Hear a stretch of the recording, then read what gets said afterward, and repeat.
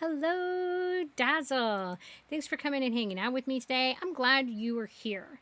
Today, I want to talk about alexithymia and how it's connected with autism.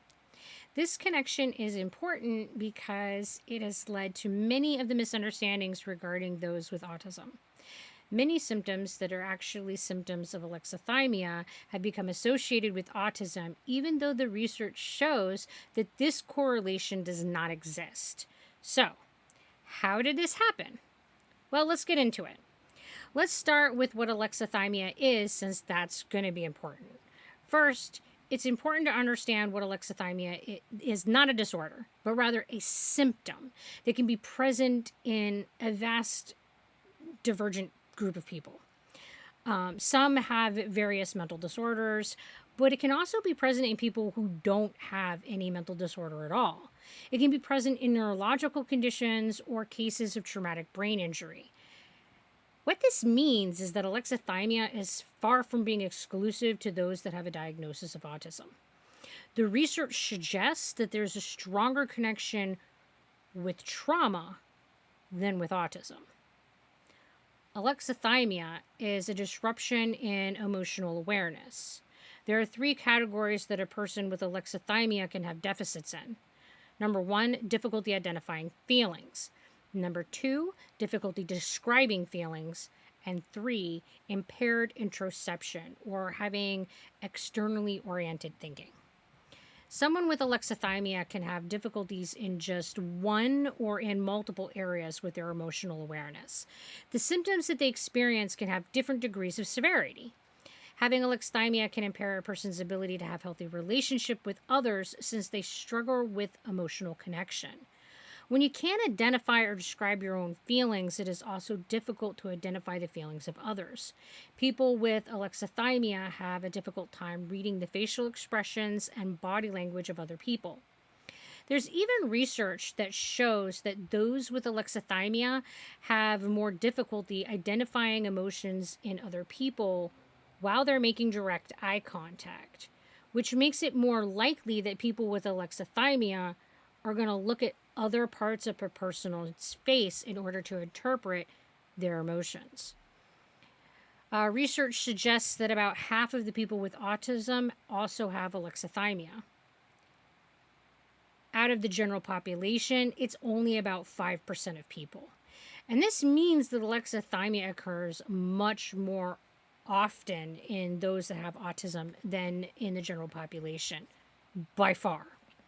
When autism was first researched, the relationship with alexithymia was not known, and thus it wasn't researched. And this led to researchers including the symptoms of alexithymia into the list of symptoms for autism. This relationship has since become well established, yet the symptoms of alexithymia have yet to be removed from the diagnostic symptom list of autism.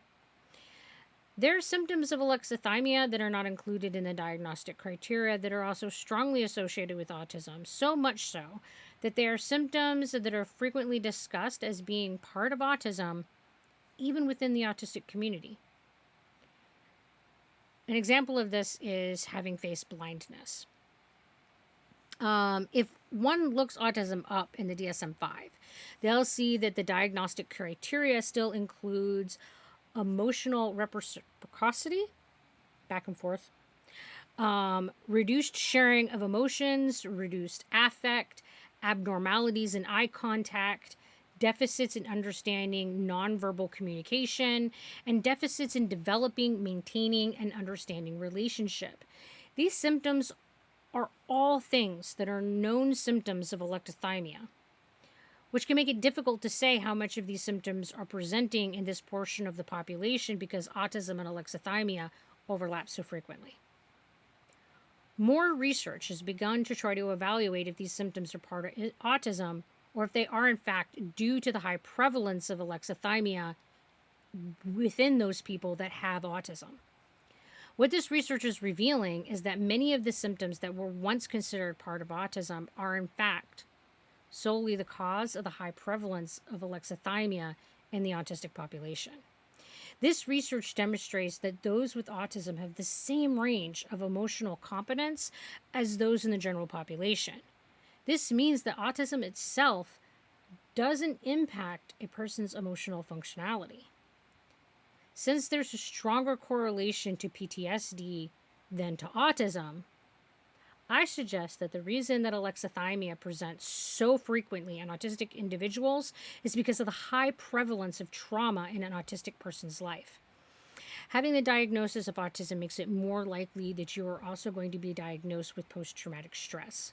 The implication of trauma being the possible cause of the high prevalence of alexithymia in autism is rather profound, especially so when one considers that one of the leading treatments for autism, applied behavior analysis or ABA, has a correlation for increasing post traumatic stress rates in those with autism.